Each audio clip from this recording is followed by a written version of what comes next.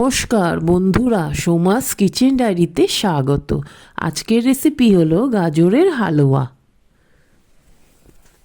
আজকে গাজরের হালুয়ার উপকরণ আমি 5টা গাজর খোসা ছাড়িয়ে ধুইয়ে 3টে গ্রেট করে নিয়েছি, বাকি দুটোও করব। পরপর এক এক করে আমি দেখাবো কি কি লাগছে। প্রথমে আমি কড়াইটা গরম করে নিয়েছি, তার মধ্যে আমি 1 চামচ ঘি দিয়ে দিচ্ছি। ঘিটা গরম হয়ে গেলে আঁচটা জোরে করে দিয়েছি।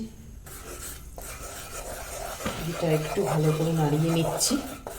এরপরে আমি গাজরটা গ্রেট করে রেখেছি, গাজরটা দিয়ে দেবো ঘিটার মধ্যে।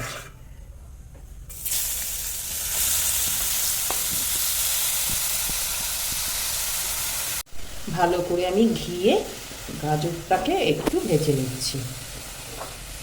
আমি ঘিয়ের মধ্যে গাজরটা ভালো করে একটু ভেজে নিলাম, একটু জলটাও টেনে গেল। এরপরে আমি এর মধ্যে চিনিটা দিয়ে দেবো। চিনিটা আমি দিয়ে দিচ্ছি, যে যেরকম মিষ্টি পছন্দ করে সেরকম চিনি দেবেন। আমি বেশি মিষ্টি পছন্দ করি না, তাই আমি কম চিনিই দিলাম। ভালো করে চিনির সাথে আবার আঁচটা জোরে দিয়ে কিছুক্ষণ নাড়ব। চিনিটা ভালো করে মিশে গেছে আর আমার গাজরটাও খুব একটু মাখো মাখো হয়ে এসছে। এরপরে আমি এলাচের গুঁড়োটা দিয়ে দেবো। ছোট এলাচ 4টে আমি গুঁড়ো করে রেখেছিলাম, সেটা আমি দিয়ে দিলাম।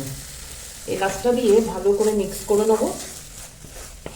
মিক্সটা যেই হয়ে গেল, এরপরে আমি এর ওপরে একটু গুঁড়ো দুধ দিয়ে দেবো। ইচ্ছে হলে লিকুইড দুধও দেওয়া যায়, আমি গুঁড়ো দুধ দিচ্ছি। আর দিলাম না, এটা 1.5 চামচের মতন আমি ঢেলে দিলাম। ভালো করে এবার আমি মিক্স করব। হ্যাঁ, আমার গাজরের হালুয়া মোটামুটি রেডি হয়ে গেছে। এখন আমি আমন্ডটা কেটে রেখেছিলাম, সেই আমন্ডটা দিয়ে দেবো।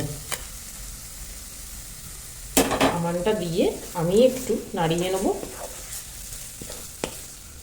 চাইলে আরও কোনো অন্য বাদামও দিতে পারেন, পেস্তা, কাজু। আমি শুধু আমন্ডই দিচ্ছি।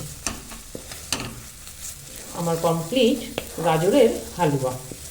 আমার গাজরের হালুয়া রেডি। যদি এই রেসিপিটা ভালো লেগে থাকে তাহলে একটা লাইক, শেয়ার আর সাবস্ক্রাইব করবেন।